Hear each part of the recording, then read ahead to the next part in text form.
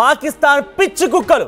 పాకిస్తాన్కి సంబంధించిన ఆర్మీ సైనికులు 50 మంది ఇప్పటికే హతమైనట్టు తెలుస్తోంది. దాంట్లో 9 మంది ISI ఏజెంట్లు కూడా ఉన్నారు. సో బలూచిస్తాన్ తమ పోరాట పటిమని మరింతగా పెంచేసింది, పోరాట స్థాయిని మరింతగా పెంచేసింది. సుమారుగా ఇప్పటికే 50 మంది ఆర్మీ సైనికులతో పాటుగా మరోవైపుగా 9 మంది ISI ఏజెంట్లు కూడా ఈ యొక్క దాడిలో హతమయ్యారు. 51 మంది పాక్ జవాన్లకి తీవ్రంగా గాయాలయ్యాయి. 3 రోజులుగా పాక్ సైన్యం ఉండేటువంటి 84 ప్రదేశాల్లో దాడులు కొనసాగిస్తోంది. ఖనిజాలను మోసుకెళ్లేటువంటి ట్రక్కులు, గ్యాస్ ట్యాంకర్లను కూడా బలూచిస్తాన్ లిబరేషన్ ఆర్మీ ధ్వంసం చేసింది. ఇక పాక్కు చెందినటువంటి నిఘా డ్రోన్ క్వాడ్ క్రాఫ్టర్లను కూడా కాల్చేసింది. ఇక బలూచిస్తాన్లోని మక్రాన్, రెక్కాన్, కొల్వా, సర్వాన్, జులవాన్ ఈ ప్రాంతాల్లో, కోయే, సులైమాన్, బెల్లా, కచ్చి వంటి ప్రాంతాల్లో ఈ ప్రాంతాల్లో దాడులు కొనసాగిస్తోంది. సో బలూచిస్తాన్ లిబరేషన్ ఆర్మీ రోజు రోజుకి పోరాటాన్ని పెంచింది, రోజు రోజుకి తమ దాడులను పెంచింది, తీవ్రతను పెంచింది. ఈ నేపథ్యంలో 50 మంది పాక్ సైనికులతో పాటుగా 9 మంది ISI ఏజెంట్లు, మరొక 100 మంది పాక్ ఆర్మీ సైనికులు కూడా గాయాల పాలయ్యాయి. మీరు ఆ విజువల్ చూడండి. బలూచిస్తాన్ లిబరేషన్ ఆర్మీ ఒక సాధారణమైనటువంటి సామాన్య ప్రజల యొక్క పోరాటం, ప్రత్యేక దేశం కోసం వారు చేస్తున్నటువంటి ఆ ఉద్యమం రోజు రోజుకి తీవ్రతరం అయిపోయింది.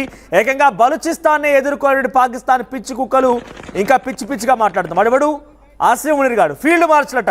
ఆ దుర్మార్గుడికి, ఆ పిచ్చి కుక్కకి ఫీల్డ్ మార్షల్ ఇచ్చారు. వాడేదో పెద్దగా పొడిచి కట్టలు కట్టినట్టుగా ఫీల్డ్ మార్షల్ ఇచ్చారు. వాడు కనీసం బలూచిస్తాన్ లిబరేషన్ ఆర్మీని ఎదుర్కోలేక గోలో దాక్కొని వెళ్ళిపోయినటువంటి ఆ దుర్మార్గుడికి, ఆ నీచ్ కమిన్ కుత్తేగాడికి, వాడికి ఫీల్డ్ మార్షల్ ఇచ్చారట.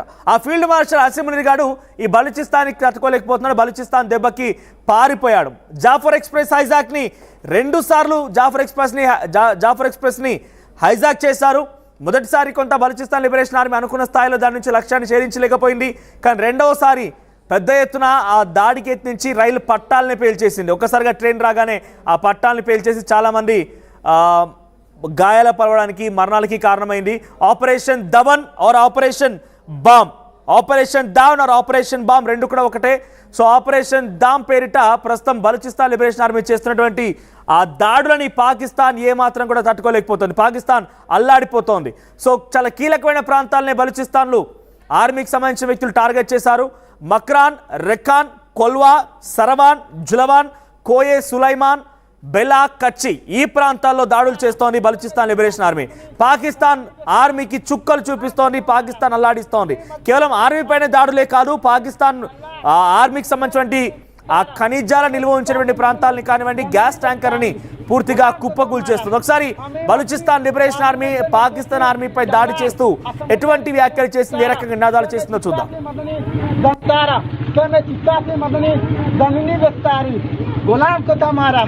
हमें मर्ची पार्लियामेंट निंदू की दल्लार असेंबली निंदू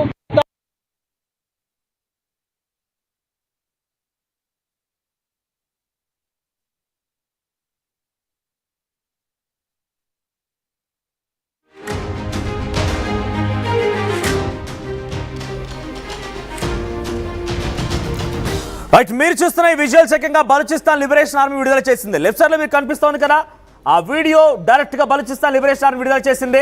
సో బలూచిస్తాన్ లిబరేషన్ ఆర్మీకి సంబంధించినటువంటి ఆ సైనికులు, ఆ army soldiers, Balochistan liberation army అంటే డైరెక్ట్ గా ప్రభుత్వం చేత నిధులు సమకూర్చుకొని ప్రభుత్వం చేత నడిపించబడేటువంటి సైన్యం కాదు. వాళ్ళది ఒక పోరాటం, అలుపెరగని పోరాటం. జనరేషన్స్కి జనరేషన్సే, మా తాతలు, తండ్రులు, మేము, మా పిల్లలు అంతా చనిపోయినా సరే మా పోరాటాన్ని మాత్రం ఆపం. బలూచిస్తాన్ వేర్పాటువాదాన్ని ఎట్టి పరిస్థితుల్లో వెనక్కి వెళ్ళం. బలూచిస్తాన్ ప్రత్యేక దేశంగా ఏర్పాటయ్యేంత వరకు కూడా మేము ఇంకా విరోచితమైన పోరాటాన్ని కొనసాగిస్తూనే ఉంటామని చెప్పి గతంలో చాలా స్పష్టంగా పాకిస్తాన్ ఆర్మీని హెచ్చరిస్తూ కొన్ని వీడియోలు విడుదల చేశారు. తాజాగా ఆపరేషన్ బాంబ్ ఆర్ ఆపరేషన్ దావ్ పేరిట పెద్ద ఎత్తున అటు పాకిస్తాన్ ఆర్మీకి చుక్కలు చూపిస్తూ ఇప్పటికే 50 మంది మరణాలకి, ఏకంగా 84 ప్రదేశాల్లో, 1 కాదు 2 కాదు 84 ప్రదేశాల్లో బలూచిస్తాన్ లిబరేషన్ ఆర్మీ దాడులు చేస్తోంది.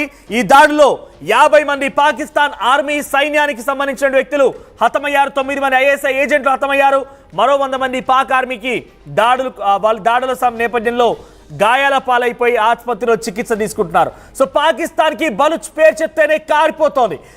పాకిస్తాన్ ఆర్మీకి బలూచిస్తాన్ లిబరేషన్ ఆర్మీ పేరు చెప్తేనే వణికిపోతున్నారు, గజ గజ వణుకుతున్నారు. ఎందుకంటే వాళ్ళ దగ్గర ఇక్కడ పాకిస్తాన్ ఆసిఫ్ మునీర్ గారి దగ్గర, షెహబాజ్ షరీఫ్ ప్రధాని దగ్గర, ఖ్వాజా ఆసిఫ్ డిఫెన్స్ మినిస్టర్ దగ్గర, షేక్ అదార్ వాడి దగ్గర ఉన్నటువంటి ఆ మిసైల్స్, ఆ డ్రోన్లు ఏమీ లేవు. వాళ్ళది ఒకటి వాళ్ళ దగ్గర ఉంది కాస్త వాళ్ళ తెగింపే, వాళ్ళ ధైర్యమే, వాళ్ళకున్నటువంటి ఆ పోరాట పటిమనే వాళ్ళ దగ్గర ఒక అస్త్రంగా ఉంది. వాళ్ళకు మిసైల్స్ ఇక్కడ పాకిస్తాన్ ఆర్మీ దగ్గర ఉన్నట్టుగా వాళ్ళ దగ్గర ఫతే మిసైల్ లేదు. అమెరికా దగ్గరికి వెళ్ళిపోయి వాళ్ళు డ్రోన్లు, వాళ్ళ ఎయిర్ డిఫెన్స్ సిస్టమ్ కొనుగోలు చేయడానికి ప్రయత్నం చేయడం లేదు. పాకిస్తాన్ పరిస్థితి ఎలా అయిపోయిందనంటే వెనక్కిపోతే నుయ్యి ముందు పోతే గొయ్యి అన్నట్టుగా, వెనక గొయ్యి ముందు నొయ్యి, ఈ పరిస్థితిగా పాకిస్తాన్ పరిస్థితి మారిపోయింది. బికాస్ వాళ్ళు బలూచిస్తాన్ వేర్పాటువాదం నుంచి కంట్రోల్ చేద్దామని చెప్పి కొంత ఆర్మీని మొబిలైజ్ చేస్తే అటువైపు నుంచి ఆఫ్ఘనిస్తాన్ నుంచి తాలిబాన్లు వచ్చి ఖైబర్ పఖ్తూన్ఖ్వాలో జారీ చేస్తున్నారు. పాకిస్తాన్లో 4 ప్రావిన్సులు ఉన్నాయి. మీరు గమనించండి, సింధు ప్రావిన్స్, బలూచిస్తాన్, ఖైబర్ పఖ్తూన్ఖ్వా, పంజాబ్ ప్రావిన్స్. ఈ 4 ప్రావిన్సుల్లో ఖైబర్ పఖ్తూన్ఖ్వా, ఖైబర్ పఖ్తూన్ఖ్వా అండ్ పంజాబ్ ప్రావిన్స్ నుంచి ఆర్మీని మొత్తాన్ని బలూచిస్తాన్ వైపుగా మరలించి బలూచిస్తాన్ వేర్పాటువాద అణచివేయాలంటే తాలిబాన్లు దాడి చేస్తున్నారు. తాలిబాన్లను కంట్రోల్ చేద్దామని చెప్పి ఎగువకు పోయి మళ్ళీ ఖైబర్ పఖ్తూన్ఖ్వా పంజాబ్ ప్రావిన్స్లో, ఖైబర్ పఖ్తూన్ఖ్వా దగ్గర పంజాబ్ ప్రావిన్స్ దగ్గర ఆర్మీని మోహరిస్తే బలూచిస్తాన్ దాడి చేస్తోంది. ఇక ఈ వైపు కారు సైలెంట్గా ఉందామని చెప్తే అక్కడ ఉగ్రవాద చర్యల కారణంగా ఉగ్రవాదులు పేటరేగిపోతుంటే భారత్ ఉగ్రవాద అణచివేసే క్రమంలో భాగంగా ఆపరేషన్ సింధూర్ని చేపట్టి పాకిస్తాన్ అల్లాడించింది. పాకిస్తాన్ చాలా కీలకమైన ప్రాంతాల మొత్తం కూడా కుప్పకూల్చే ప్రయత్నం భారత ఆర్మీ చేసింది. సో ఎటువైనా కూడా పాకిస్తాన్కి చుక్కలే కనబడుతున్నాయి. ఎటు వెళ్ళినా కూడా వాళ్ళకి ఇబ్బందులు ఎదురవుతున్నాయి. ఇక ఏం చేయలేక కాళ్ళ మోకాళ్ళపై పడిపోయి మోకరిల్లిపోయి అటు అమెరికా దగ్గరికి వెళ్ళి డొనాల్డ్ ట్రంప్ దగ్గర నుంచి ఎయిర్ డిఫెన్స్ సిస్టమ్ తీసుకొద్దాం అనుకున్నా కూడా ఆయన కేవలం మాటల వరకే పరిమితమయ్యాడు, కానీ అది ఎయిర్ డిఫెన్స్ సిస్టమ్ వచ్చింది లేదు, పోయింది లేదు. అలా అని చెప్పి ఆయన ఇవ్వకుండా ఊరుకుంటాడా అంటే అది గ్యారెంటీగా మనం చెప్పలేం. ఆయన ఇస్తాడా ఇవ్వడని ఆయన ఇష్టం. బికాజ్ ఆయన కమర్షియల్గా చూస్తాడు. ఎక్కడ దేశం పోతే నాకేంటి, ఎక్కడ ఎవరు నాశనం అయిపోతే నాకేంటి, నాకు కావాల్సింది బిజినెస్, నాకు కావాల్సింది డబ్బులు. ఆ రకంగా ట్రంప్ వ్యవహరిస్తాడు. So field marshal Asim Munir garu Balochistan liberation army దెబ్బతో మరోసారి గోల్లోకి వెళ్ళి దాక్కున్నట్టు తెలుస్తోంది. మరిన్ని అప్డేట్స్తో మా ప్రతినిధి మధు సిద్ధంగా ఉన్నారు.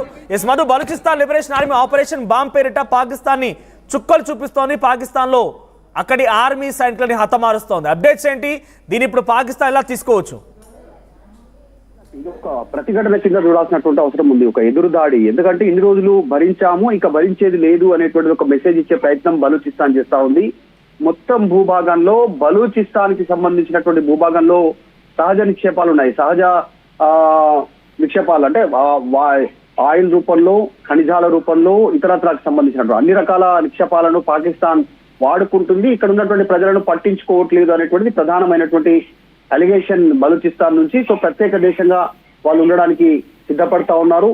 గతంలో కొంతకాలం నుంచి దాడులు చేస్తున్నటువంటి సిచ్యువేషన్ ఇప్పుడు ఆపరేషన్ బాంబ్ సంబంధించినటువంటి దీంతో ఇది ఒక పెద్ద ఎత్తున ప్రతిఘటన. మేము పాకిస్తాన్ నిలువరించగలము అనేటువంటిది ప్రపంచానికి తెలియజేసేటువంటి దాంట్లో భాగంగా ఈ నిర్ణయం తీసుకున్నాం. అదే ఆపరేషన్ బాంబ్ అనేటువంటిది ఒక పత్రికా ప్రకటన విడుదల చేస్తారు. బలూచిస్తాన్ కి సంబంధించినటువంటి టీం చాలా ప్రత్యేకంగా, చాలా స్పష్టంగా చెప్తా ఉన్నారు. ఈ ఉద్రిక్తతలను ప్రపంచ వ్యాప్తంగా హైలైట్ చేసేటువంటి విధంగా మేము ఏ రకంగా అన్యాయానికి గురవుతున్నామో ప్రపంచానికి తెలిసేలా మా దాడులు చేస్తున్నాము. అందులో భాగంగానే పాకిస్తాన్ కి సంబంధించినటువంటి ఆర్మీ పైన గత కొంతకాలంగా వరుస దాడులు చేస్తా ఉన్నాము. 50 మంది సైనికులను హతమార్చారు, 9 మంది ఐఎస్ఐ ఏజెంట్లను హతమార్చినటువంటి పరిస్థితి. సో ఇలా ఈ వరుస దాడులతో పాకిస్తాన్ కి సంబంధించినటువంటి అధికారిక భవనాలను స్వాధీనం చేసుకుంటూ ముందుకు వెళ్తా ఉన్నటువంటి సిచ్యువేషన్. వారి డ్రోన్లు, క్వాడ్ క్యాప్టర్లు అన్ని కూలుస్తూ ముందుకు పోతా ఉన్నాం. ఇది ప్రపంచానికి ఒక మెసేజ్ ఇస్తా ఉన్నాం, మేము ప్రత్యేక దేశంగా మారడానికి అనేటువంటిది బలూచిస్తాన్ చెప్పే ప్రయత్నం చేస్తా ఉంది. అక్కడ నుంచి సహజ వనరుల కోసం, సహజ వనరులు అయినటువంటిది నిక్షేప ఖనిజాలు, గ్యాస్ తీసుకెళ్తున్నటువంటి వాహనాల పైన కూడా దాడులు చేశారు, వాటిని ధ్వంసం చేశారు.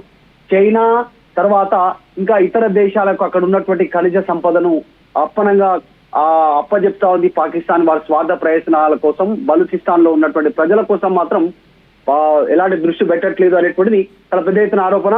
మక్రాన్, రేషాన్, కోల్వా, సర్వాన్, జలాన్, కోయే, సులమాన్, బేలా, కచ్చి ఈ ప్రాంతాలతో పాటు ఇంకా మరికొన్ని కీలకమైనటువంటి ప్రాంతాలన్నీ కూడా వీళ్ళు ముందుకు వెళ్తా ఉన్నటువంటి సిచ్యువేషన్. వాళ్ళందరినీ కూడా దాటుకుంటూ మానవ మరియు భౌతిక నష్టాలు అంటే మనుషులను అటాక్